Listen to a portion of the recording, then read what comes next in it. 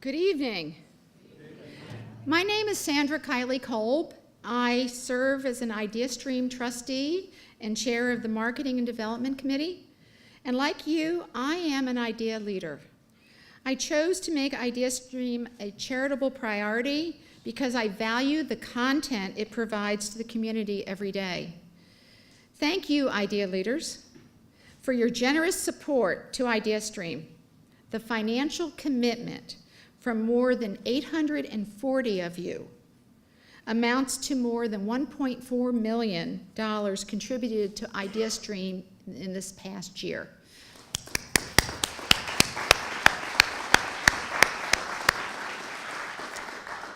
I am so pleased all of you could be here tonight for a preview and discussion of the Vietnam War, a new documentary series from Ken Burns and Lynn Novick. And to have Lynn here tonight with us is very, very special. The premiere broadcast of this 10-part film event will air on September 17th on WVIZ PBS. So please keep an eye out for that, but rest assured, we'll keep you posted. There's never a problem with that. You won't want to miss the full groundbreaking series. We'd like to extend a special thanks to WIDA Public Television, Bank of America, and Medical Mutual for making tonight's event possible. And now it is my pleasure to introduce Janine Marziani, Ohio Market President for Bank of America, one of the sponsors of the firm, whatever. Here's Janine.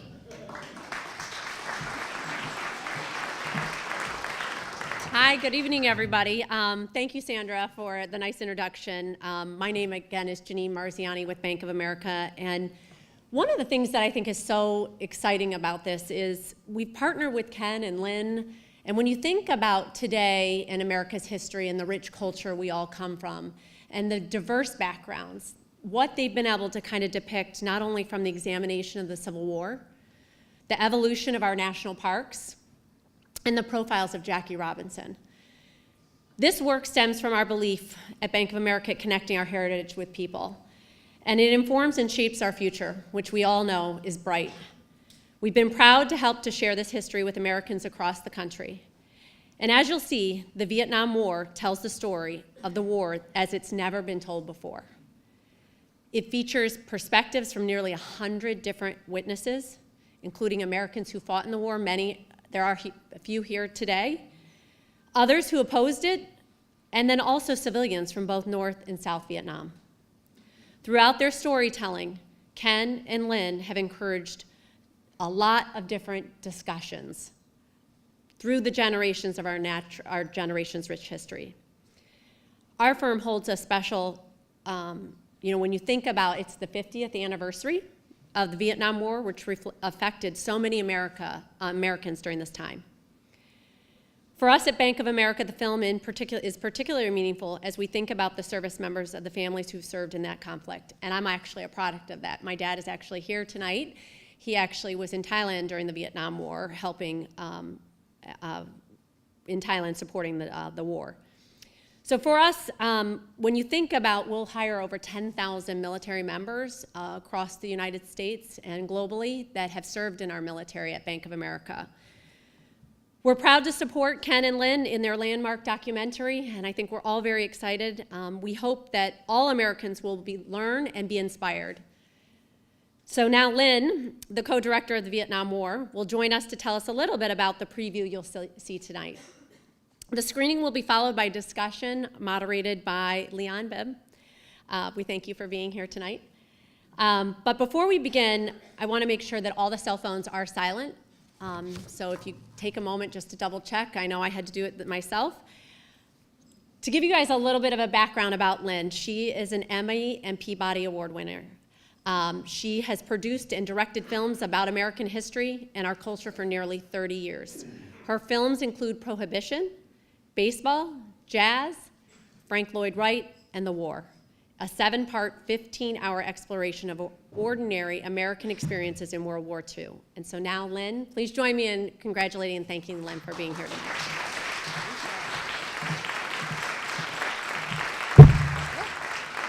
Thank you, Janine. Yes, I will be brief at this point because I'm very much looking forward to having a conversation after you've seen a little bit of the film. I do want to say a few thank yous. First of all, I'd like to thank IdeaStream for inviting me here, and I wish Ken were here too to say thank you to the station and to Kevin and to everyone who worked here to make this event and the events we've been doing the last 2 days possible. We made the film because it was a story we felt was important to tell, but having made it, it's equally important to us to go out into the world and share it with people and have a chance to engage in a conversation about this extraordinarily important and extraordinarily painful and complicated moment in our history. It's about 10 years ago that Ken and I decided to make this film. We were finishing our film on the Second World War, and we were sort of drawn to the idea that we had tackled an important story and what was the next really big important story that we needed to turn our attention to. And Vietnam has loomed large in my life really forever. We just decided we just would take a big deep breath and we would try to take on the Vietnam War. And our feeling about it was that it is, I think, arguably the most important event in American history since the Second World War.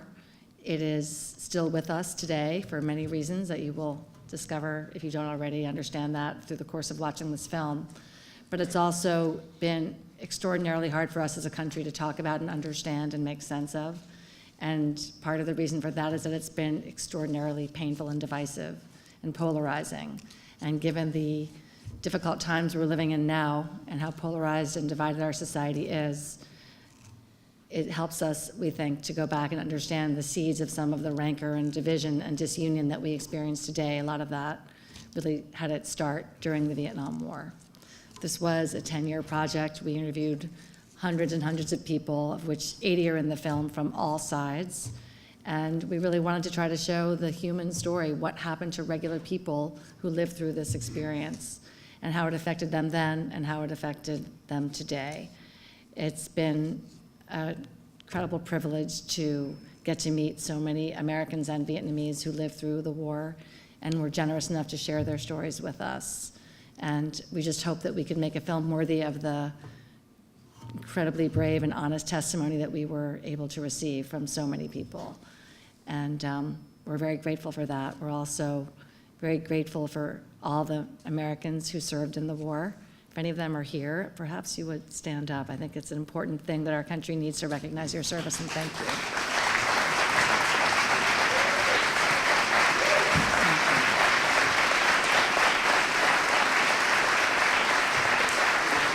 Thank you. I also was rushing through my thank yous, and I forgot a very important one, which is we need to thank Bank of America for the support that we've had for the last 10 years, actually, for the work we've done, and looking forward to another partnership going forward. It's been extraordinarily important to us as filmmakers to know that we have the bank's support, and it makes it possible for us to take on a project like this that lasts 10 years. And the other major thank you that I need to say is to PBS and to public media. We get asked a lot, there's so many channels, what do we need public television for? What do we need public media for? And couldn't you have made this film for some other channel or some other platform, I guess we would now say. And the answer is a resounding no. This film could only have been made for public television, and stations like this and around the country rely on your support. There just is no conceivable universe in which another platform would have given us the length of time and the sort of intellectual and creative freedom to make this film. It was a leap of faith for us to think we could tackle it, and we could only do so because we had the confidence of our system, our network, to stand behind us. So for those of you who do support the station and support public media, definitely want to say thank you for that. So yes, and you should give yourselves a round of applause. We thank you every day. We're going to show some clips. I will talk very briefly to explain what you're going to see. It is a 10-part, 18-hour film, so we're going to jump around a bit, and I'm just going to give you a little bit of orientation so that when these clips come up, you have some idea of where you are in time. The film is told chronologically. It starts in 1858 and comes up to today, over 10 episodes, as I said. The first clip is the introduction, the very first 8 minutes of the first episode. So hopefully you can just watch that without me saying much of anything about it. Then we're going to drop into our fourth episode, and you're going to get to meet two people, one of whom is a Viet Cong guerrilla, and the other is a South Vietnamese woman. She actually grew up in Hanoi. Her family worked for the French, and so they fled to the South, and she's a major character in the film. You get to know over every episode, and she's going to give you her perspective in the early 60s. Then we're going to drop into our 5th episode and drop you into a really intense place along the DMZ called Con Thien, which was under siege in the fall of '67. And you'll meet some Marines who were fighting there. Yeah, and then we're going to jump ahead and show you a scene from 1969 on the home front, just giving you a little bit of a sense of what's happening with the American public's feelings about the war during the early-ish part of the Nixon administration. And then we're going to go to the end of our 9th episode, which the episode ends with the peace treaty being signed, and as a result of that, the POWs that had been held are coming home. And you'll hear testimony from an American doctor, Hal Kushner, who was the only doctor taken prisoner and was held for many years in both South Vietnam and jungle camps, and also in Hanoi and more familiar places like the Hanoi Hilton that you would have heard of. And I think that's basically all you need to know for right now. We look forward to hearing your thoughts about the clips and talking afterwards. Thank you. Good evening, everyone. I know the veterans stood before, but once again, if those of you who were served in the military or currently serving in the military or the National Guard, Vietnam, Korea, World War II, peacetime, anytime, if you would you please stand?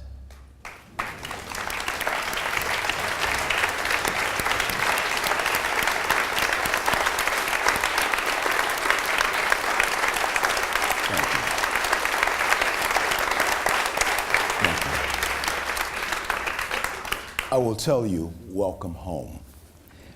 Those of us who served in Vietnam, we say welcome home to each other because oftentimes no one said welcome home to us when we came home because of the division which was in this country. They asked me if I would just say a couple of things before we introduce Lynn and Ron. Every day I think of Vietnam a little bit. There's always something that takes place. This morning I thought of the flight attendant on a Continental Airlines that took me to Vietnam in September of 1967. So many men were going to Vietnam at that time that they had to use chartered airplanes. So I left from San Francisco on a Continental stretch jet filled with GIs, all of us going to different places in Vietnam.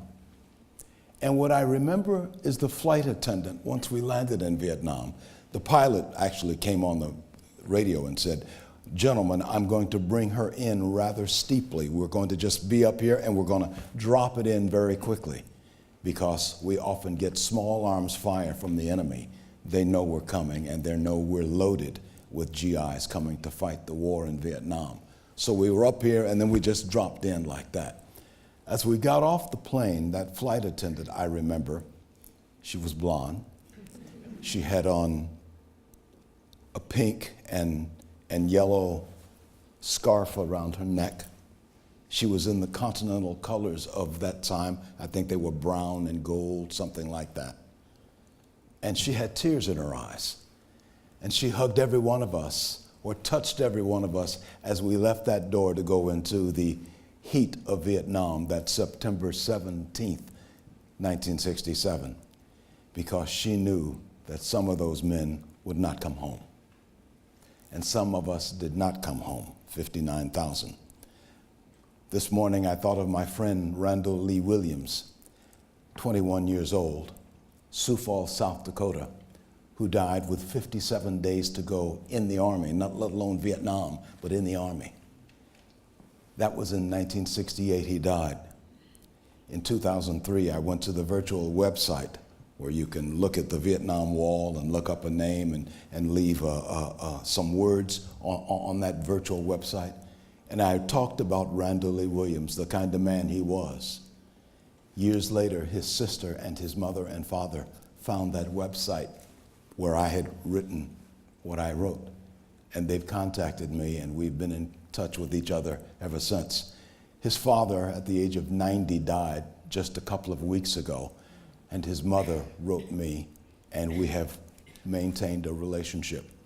In a way, although he was in our unit, I knew him very well. In a way, I think she kind of adopted me over the years, because Randy and I were the same age, and he would be my age today had he lived. That's what I think about when I think about Vietnam on this day. Thank you for asking me to moderate this. I appreciate it, all the people here at IdeaStream. It's wonderful to be here and to be a part of this program. For the next 20 minutes, we're going to talk to Lynn about making the film, and with Ron Schwackenwald about his experience in Vietnam and his reflections about the 30-minute screening we just watched. We're going to then take your questions, so you should have received a note card upon entering the theater today. Please write your questions on those note cards and pass them to the aisle, and somebody will grab them, and we will try and get to as many questions as we can. Lynn Novick is the co-director, along with Ken Burns, of the Vietnam War, an immersive 10-part, 18-hour documentary which airs on PBS in September 2017. She's an Emmy and Peabody Award-winning documentary maker. For nearly 30 years, she's been producing and directing films about American history and culture, among them some of the most acclaimed and top-rated documentaries to have aired on PBS. Her films include Prohibition, Baseball, Jazz, Frank Lloyd Wright, and The War, a 7-part, 15-hour exploration of ordinary Americans' experiences in World War II. Ladies and gentlemen, Lynn Novick.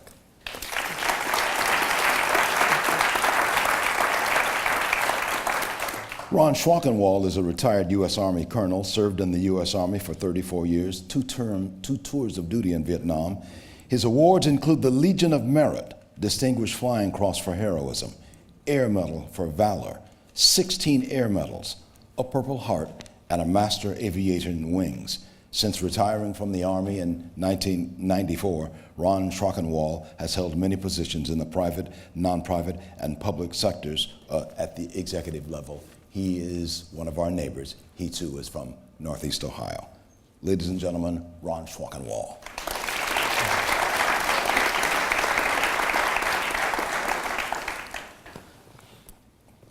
Lynn, let's start with you. Why did you and Ken Burns want to make this film?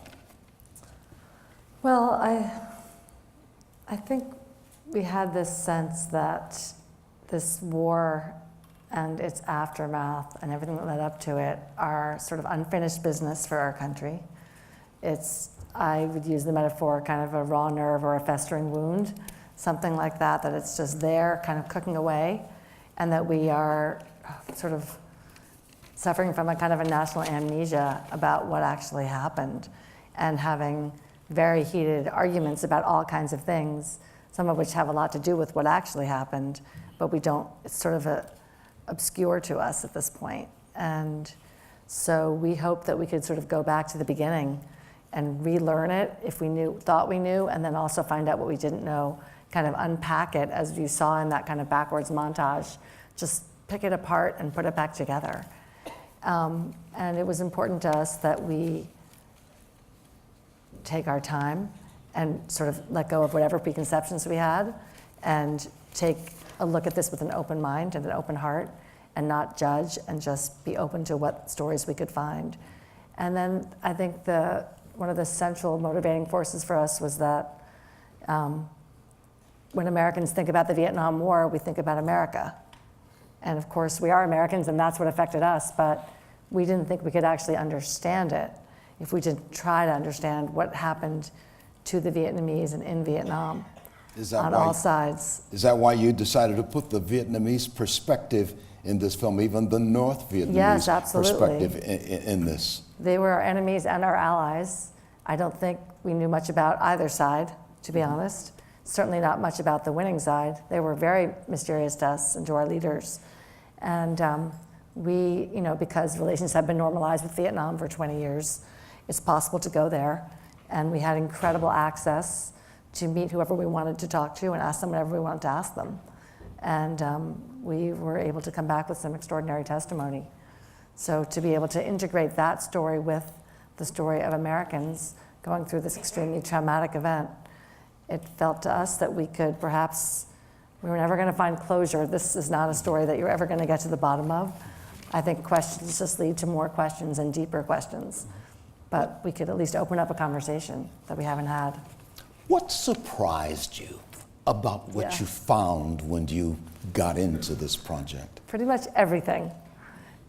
Because I thought I knew quite a lot about the Vietnam War. I'm a little bit too young to have been an adult. I was born in 1962.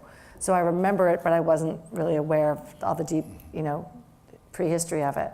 But there's a lot of new scholarship. There's a lot of new perspectives. There's people who have studied this who are not politically driven in any way, shape, or form, who just have tried to find out the facts of what happened. A lot of material has been declassified. There's access in Vietnam to all kinds of interesting documents and testimony, and so pretty much every day was a surprise. And one of the things that surprised us, which we sort of marvel at, was that we didn't really know, and our leaders did not know who was actually sort of most powerful in calling the shots in North Vietnam, in Hanoi. Everyone here, I'm sure, most people have heard of Ho Chi Minh. Very familiar figure. He was the icon of their revolution. But after 1954, he began to lose power. And by the time America was fully involved, he was not directing policy in Hanoi. There's another man named Le Duan, who I had never heard of when we started this project. And he was much more aggressive and hardcore, hardliner than Ho Chi Minh. And he took over the just sort of direction of the Politburo. Yeah. I did not know that. So that's just one little story, but rather important. Let's bring Ron Schwackenwald into the conversation. They talked about the Battle of Can Tien. You and I were sitting up there and you whispered in my ear, I was there. How does this film resonate with you? It's the beginning of the story of Can Tien. A few months later, Can Tien was invaded by 2 North Vietnam regular regiments, approximately 6,000 men. It was a special forces camp. The Marine Corps was supporting it. We happened to be building the McNamara line, which was a line that was going to have spent uranium, and it was going to deter the North Vietnamese from coming down and taking part in the actions in South Vietnam. The 2 regiments came on board, but happily and luckily, we had a CB battalion there, functioning, expanding the camp, reinforcing the camp. We also had 2 tank battalions that were South Vietnamese. If that was not the case, we would not have survived, and no one would be here to talk about Can Tien. So that's the other side of the story. We were successful in deterring it. A long, long story, 16 hours staying awake, both flying and helping people, watching people. 3 things you learned at Can Tien: how to live, how to love, and how to die. It was that simple. And everybody that walked away that day prayed that they were still there, but I've held people there that died in my arms. So functionally, you look at those kind of things, and that gives you a perspective for the rest of your life and how to treat people with respect. That is something that you bring away from war. At least most of us, I think, bring away from war. This is a many parts Yes. series, hours and hours Yes. and hours. How do you make a film on this scale? Where do you begin? Right. What's the process? What happens going into this Yes. huge amount of video, possibilities, and everything? Where do you begin? Well, the first thing I need to say is that Ken and I, you'll see our names on the poster and everything as the directors of the film, and we do get a lot of credit for what you see, but actually there's many people who contribute, and the most tireless researchers that we have are producers that go into every archive around the world and collect material. Our writer, Jeff Ward, who wrote a brilliant script, our narrator, Peter Coyote, and our editors who take this material and distill it down to something that you can actually watch. So there's many, many people involved, and we benefit from all of their genius and dedication. And I think because on this project we were given such extraordinary testimony and it felt important that we try to get it right for them, everyone on the team really just sort of went above and beyond in terms of just trying to understand this complicated story. We started off deciding, first of all, that we were going to try to understand, make a film that would represent the story of the war through the eyes of people who lived through it. So there are many well-known figures of this era that you will see in the film, but we did not interview them. So I'm talking about John Kerry and John McCain, Henry Kissinger, Jane Fonda. I'm sure many people here have their list of who those people would be, people you're familiar with. They're in the film, archivally doing what they did at the time.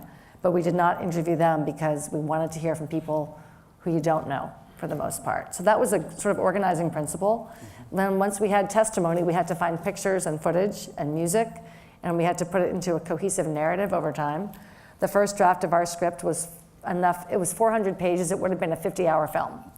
So if we had actually made that film, I don't know when it would have ever gotten finished. So part of it is a process of distilling. And part of our job is to recruit the foremost experts in the subject, from America, from Vietnam, people who know this aspects of the story, and they come to screenings and they look at scripts and they help us get the story right. I think what impresses me was, as opposed to the Civil War, where you had to go, Right. or Ken Burns had to go to historians. Right, There to are tell the people- story. To tell right. the story. There are people living, walking around in this room, in this world that you can go to, and Right. does that give it a poignancy? I would say it does. I wish I had a camera for the story you were just telling. I think that people who live through it have, a direct relationship to the events. And if you're reading words on a page, no matter how great an actor you are, not the same. Yeah. There's just no time, an individual bearing witness to something that they experienced puts you in their mind at that place, at that time, if you find the right witnesses. So, not everyone who had an experience can tell you about it, as you well know. Yeah. But when you find the people who can and will, that's an extraordinary, sort of transcendent experience, actually. Ron, you heard the former Marine who was talking to his mother, telling Roger her, Harris. I'm not Right. coming, I'm not coming home, and then hung up on his mother. I guess on the telephone or some sort of communications. How did that resonate with you? How did that hit you as a two-tour Vietnam veteran? What he said. In my mind, that was me. Same anticipation by my mom and dad. I happened to have a profound incident my last tour.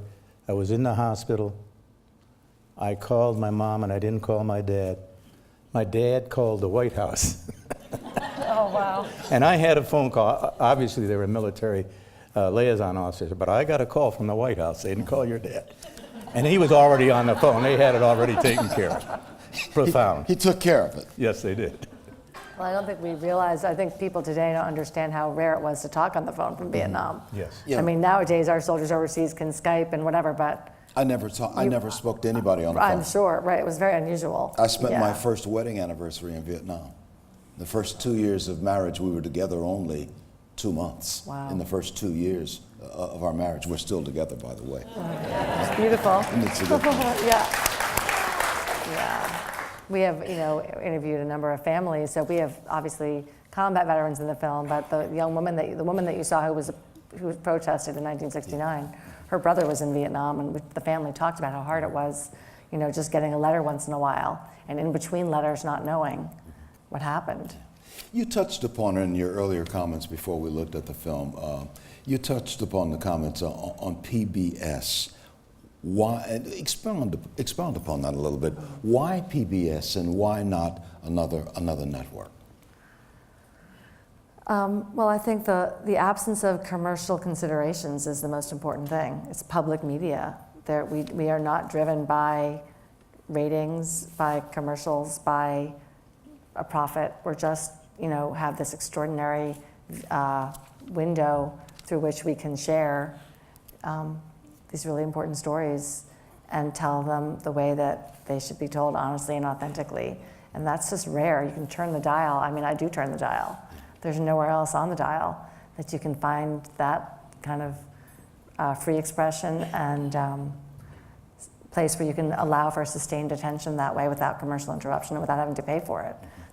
You want people to talk about this. What process do you go through to get this discussion out there in America? Well, we're counting on all of you to start to be evangelists for that, honestly. I mean, in some sense, we have a very ambitious plan for outreach to bring the film to schools all around the country and to help foster community conversations. And you know, my dream is that the kind of conversations that we're going to have as a country will be remarkable based on the experiences we've had in our edit room when we brought people in to see the film. And for example, I was just thinking about it today, Hal Kushner, who you saw, and Roger Harris both came to a screening. And they could not be more different politically in their experiences of the war and their feelings about it to this day.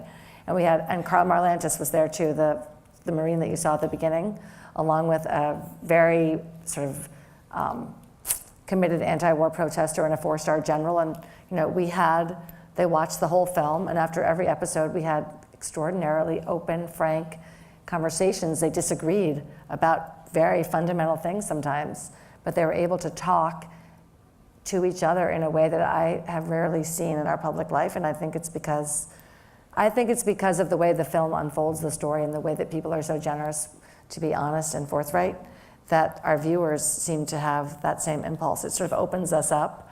And so, you know, we're hoping it's going to have an effect on families and communities and across many divides. One of my favorite experiences that we had in working on the film was we've had young people come in who were working on our digital marketing and, you know, our website and things like that. And a guy came to a screening who was in his late 20s, and we saw 2 episodes. He went home and came back the next day, and he said, "Oh, I called my dad last night." Great. So I call my dad, you know, a couple times a week, and I usually say, "Hey, Dad, you know, what's up with the Mets? How was work? Okay, bye, I gotta go." You know, the little 2-minute conversation he has with his dad. He said, "But last night I called my dad and I said, wait a minute, this Vietnam thing, where were you? What happened to you? What do you remember?" And he said 45 minutes later they were still talking. Right. And it opened up a conversation that he'd never had with his father, who was not a veteran, but who remembered this period, and it was real for him. And I just think we have a chance, you know, to foster a different kind of conversation intimately in families, in communities, in schools, and maybe in our public life as well.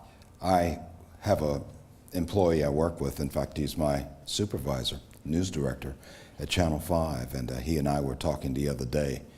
And I don't think he would mind my saying this, but after a long conversation where we talked about everything that's happening in our lives, in our newsroom and professional lives, he laid back in his chair, younger than I am, and he just quietly said, "Leon?" I said, "Yes." "Tell me about Vietnam." He wanted to know. And that's all he said. Wow. And then, of course, I did 2 hours. Yeah. No, he's lucky. And still didn't. That's great. Do you see similarities, Ron Schwackenwald? You've got more than 30 years in the U.S. military and the U.S. Army. You are a decorated veteran. 2 tours of duty in Vietnam during the height of the war. Do you see similarities with what happened then and anything happening now? The best thing I can explain to you, about a week from now, I'm going to go to a Vietnam Helicopter Pilots Association reunion.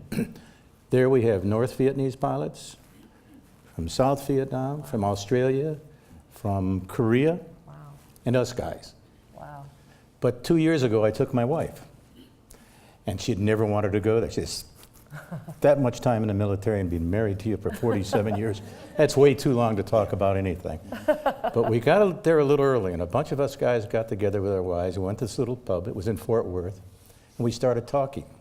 After 2 hours of conversation, she says, "I've been married to you for 47 years, and I never knew you." That's how much she learned in that short time. But in my mind, no news was good news as far as family's concerned. Right. And I think that's still the motto out there for most people in the service. Yeah, I think so too. And I want to just say one more thing. I mean, I think, you know, one of the hopes we have really is that, you know, there were many people in America who served, and we absolutely owe it the debt of gratitude that we talked about before, and it's the most important thing that we can do as a society. But there also were many Americans who really thought the war was wrong, didn't agree with our government, had thought about it a lot. There were soldiers who came home and disagreed with what was happening. I've talked to many veterans who feel like I wasn't really sure why we were there. Several gentlemen said that to me today. And I was drafted, I had to go, and I did the best I could, but I'm not sure it was the right thing. And it's a lot of questioning. And I know we're near where Kent State is, and what an effect that tragedy had on our society. That it's part of the unfinished business is to talk about the combat experience and what it was like for all of you to come home and not be welcomed properly or have a place to talk. But also for the people who disagreed about the war then to try to find a way to let's say, how do I say this? There's a way that we don't have to necessarily pick one person's right and one person's wrong. Yeah. It's a little bit more complicated than that. I think the film gives us a chance to do that. Before we take questions from the audience, and I think that we're on time to do that, I want to squeeze in one more with you. Do you worry of another Vietnam? I think that was of a particular time and place, and that exact thing will not happen again. But it's difficult to hold on to the lessons that get learned because each new generation seems to have to find its own way. So I worry about all kinds of things right now in the world, to be honest. So, yeah. We want to take a few questions. Do we have questions from our audience? Here we go. Here we go. Thank you. This reunion with North Vietnamese pilots was fascinating. Yes. Well, they are here. Fantastic. It's incredible. I'll introduce you to Joe later. Yes, please do. Yeah. Lynn, this 30 minutes of preview had an incredible impact on me. What impact did it have on you personally? Making the film, I presume, it had a huge impact on me and everyone else, on Ken and our producer, Sarah Botstein, everyone. We just, we all kind of overwhelmed and humbled. And sometimes I felt, I did many of the interviews in the film, most of the ones I think that you saw here, and particularly doing that was just a very profound experience of being present while people told you things that they don't always tell, even people closest to them. And there were times I had to just go lie down afterwards. I actually couldn't talk for quite a long time, just trying to understand what I had just been told and how are we going to make a film that would be represent that depth of human experience. But I think the thing that I take away from the whole tragedy of Vietnam, and to me it is a tragedy with enormous heroism and valor and sacrifice and love and courage and also incredible dark things that people do to each other. Having been present for most of the testimony in the film and many other people, I've developed a deep appreciation for the resilience of the human spirit, how we do somehow endure, and part of it is in finding the way to tell your story. In the human spirit? Yeah, that Endures. That there's an incredible strength in just trying to figure out how to explain what you felt, what happened to you, and make sense of it. As Max Phelan said at the beginning, to live is to suffer, to survive is to find meaning in the suffering. I think I've sort of absorbed that idea through the making of this film in a way that I never could have understood before. Ron, we got a question for you. Someone asks, what was the most difficult moment in the war for you? And also the most uplifting moment in the war for you?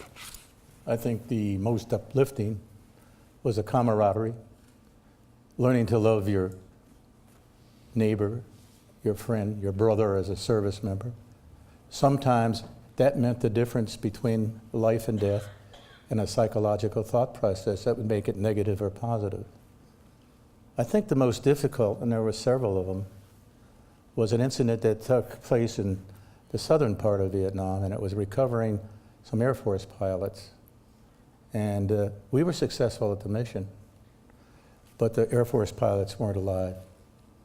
And the function that I had as a pilot versus what Leon did, Leon was on the ground 100% of the time. He lived, he ate, and he breathed everything that you could possibly think of as an infantryman. I was at a different level in that I was in the sky. I saw the circumstances, I saw the incidents occur, terrible things occur, but I wasn't as close to him. I didn't feel I was as part of it as you did, Leon, and I think that bothered me a lot too. Lynn, they want to know what was the most difficult moment in making this film and what was the most uplifting moment? Okay. Well, I'd say before I made my first trip to Vietnam, I don't think I slept for a month. I was so anxious that how are we going to go there? I don't speak the language. I don't understand the place. How are we going to go there and find people to talk to and try to, extract something that would be meaningful, that wouldn't just be sort of the superficial propaganda version of the war. We really wanted to get deep into the human story of it. And I found the first trip I made very difficult.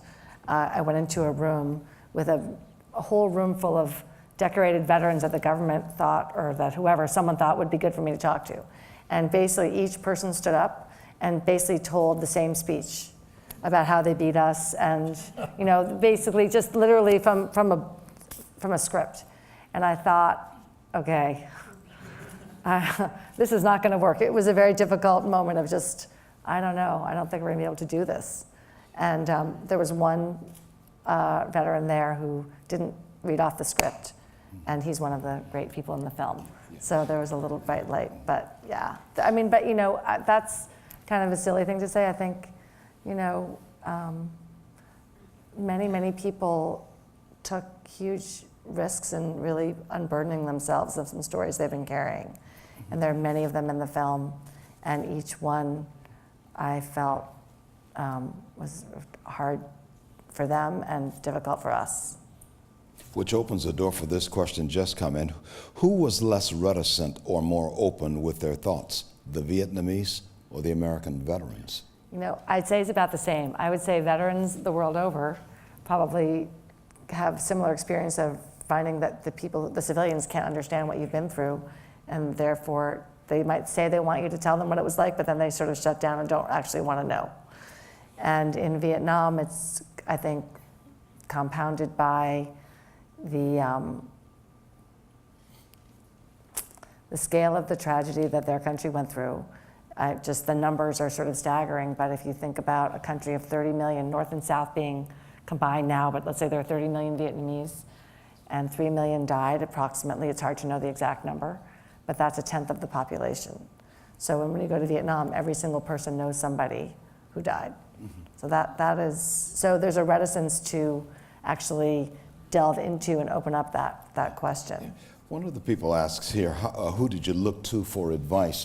Did advice come from, when you're talking to Vietnamese, that opens a door, which opens another door, which opens another door? Sometimes, yeah. Was it like that? Yeah, the same as we do here. We found people to talk to pretty much the same way, word of mouth, or someone might have published an article, or we found a couple that both worked on the Ho Chi Minh Trail. She drove a truck and he drove a bulldozer in different sections of the trail, and they met, fell in love. These are ordinary soldiers also drafted into the North Vietnamese Army, right? And they were apart for 6 years, not one letter, not one word, they were engaged. And then they didn't know the other one, whichever one was alive or not, both under getting bombed. And then they met after the war and married and lived happily ever after. And we found them because of an article in a local newspaper there, so. Have you gone back to Vietnam, Ron? No, I haven't. Would you like to? I'd love to, if you go. If I go, we've talked We about made a deal, Joe. There's somebody here who has gone. 30 sometimes. Yes. Joe Meisner is here, and he's gone There's several 30 sometimes. people here, He's with us today, Vietnam veteran himself. And Well, I will say one thing I discovered that I thought was very interesting was that long before our government and Vietnam normalized relations in 1994, it was American veterans that started going back individually and connecting with ordinary Vietnamese soldiers and just trying to figure out what happened and kind of not make peace on a governmental level, but for themselves. And that sort of opened up doors, I think, for ultimately some kind of reconciliation. Len, what was it like working with Ken Burns? Well, Ken and I have been working together for a very long time. So on this project, it was extraordinary, and every film we've made together has been a gift. We have, I think, a great collaboration. There's a lot of mutual respect, and we challenge each other to think hard and to be creative and to be tough on the film and on, what are we doing, and is this really as good as we can make it, and what can we do to make it better, and how can we help our team do better? So, I think in the end, we laugh a lot and we argue a lot, and we basically sort of eat, sleep, and breathe the subject and the film for as long as we're working on it. And the sad truth is that when it's over, people say, aren't you glad you're so, enough with the Vietnam War already, you must be so sick of it. And we're usually just bereft. I mean, just so sad that we're not working on it anymore and don't get to do this particular collaboration. I mean, we will collaborate, we will continue to collaborate, but this particular project was really special. So I think we're really sad that we're not actually in the edit room anymore, trying to make the film better. Ron, from what you've seen of the 30-minute preview that we just saw, what do you take away from this film? And what, looking into your crystal ball, what do you think you will take away from the entire series? I appreciate what you're doing, number one, because it's telling our story, and maybe it'll sustain that story for the next 50 years so our children's children can understand a little better what we did, not just as soldiers, but as families, as neighbors, as part of the community. My difference was I spent a long time in the service. Leon was in for 3 years. And most of the people that you meet that are or were in Vietnam, and currently some of the service members, they come back and for the rest of their life they remember one thing, their military service. So that I'm very proud of. Talking to a lot of my friends that were in Vietnam the last few weeks, one told me, he says, tell the folks, I went there, I loved my country. I thought we were going to do a service because we were told the issue was communism. And we had this domino effect. And if Vietnam falls, the rest of that part of the world would fail. He later, and Tom Sweeney is the individual that asked me to tell this story, he said, later on, he got discouraged. He fought a war, he saw no end, he tried to believe in what he was doing, and still to this day believes what he gave as far as his time, and the sacrifices he made, not just for himself, but for his family, were well worthwhile. And I still believe that in my heart, that my family, I don't know if my wife will ever forgive me after 58 years, but certainly understand what we were involved in. But that story has to go not just for us. Less than 0.5% of the people in our country today are in the service. So if we can tell the stories, continue to visibly say what's happening in Afghanistan, Iraq, and 197 other countries that we happen to be in right now. I think that's the majority of countries in the world. 197 different countries. Wow. So there's a story. Joe and I were talking yesterday, and he said, how many stories do you think there are? I said, well, just the time frame I was in Vietnam, there has to be 100 million stories because that many people were impacted. Yeah. And then we went on and we said, well, what's the population of Vietnam? It's 100 million people. Hard to believe that, too. Yeah. So, yes, the positive side's there. I think we all put the negative side out of our minds. I think the process is very simple. That, if I had measles and it was terrible, I can remember getting better. So, fundamentally, I believe that's what the combat issue in my life. The other thing was, I was taught very well to survive. In the 35 years almost that I was in the service, I only practiced that twice, a year and a half in Vietnam. All the rest of my life, as far as in the military, was either teaching or being taught. And I appreciate that. Lynn, take us home. Give us a philosophical thought on all of this, why you do this, why this is important, what that film, The Vietnam War, means. Take us out. Take us home. Oh my goodness, that's a tall order because, well, I'll say this. I think the other day, Ken and I had the incredible privilege, really overwhelming to me personally, to speak at the Wall on Memorial Day. Wow. And we were asked to do that about a year ago, and we said, of course, we would be honored. And then for the last year, I just dreaded the possibility that we were going to stand there and try to say anything meaningful, and what right did we have to speak in that incredibly sacred place. And I did a lot of homework about the history of the wall and what Maya Lin was trying to do and sort of what role it has played in our country of starting this process of healing the wounds of the Vietnam War. And I think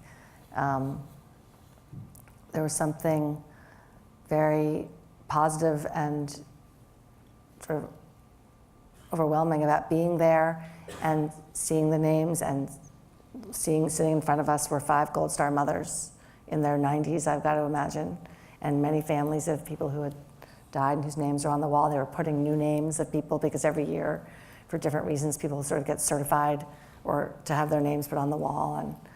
And thinking about what can you possibly say to make it okay. And I was reminded of what Maya Lin said at the time, was she said she designed the wall as a place where you could have an experience, where you could get as close as you can to the dead, but you can never really be with them. And that it would be a journey that would help you go through this passage, but it wasn't ever gonna say it's all over and it's okay, because it's not okay. And I carry that with me. I mean, it isn't okay. We're never gonna say that the Vietnam War is okay and that it's fine and it all worked out. It's a tragedy. So it's sort of, how do we human beings go on living with this weight? And we do. I don't know, but we just do. And I guess that as filmmakers, we've just tried to put our arms around this epic tragedy and trauma and try to find our way through it to tell the story so that we can be okay with it, but it is not okay. At the wall in Washington, D.C., it is black granite, those panels bearing 59,000 names almost on them. And as you look at that wall, and as I touch the names of the men that I knew who died in the war in Vietnam, because it is black granite polished, I see my own reflection staring back at me. Ladies and gentlemen, Lynn Novick and Ron Schwackenwald. Thank you, Lynn. Thank you. I'll give it to you.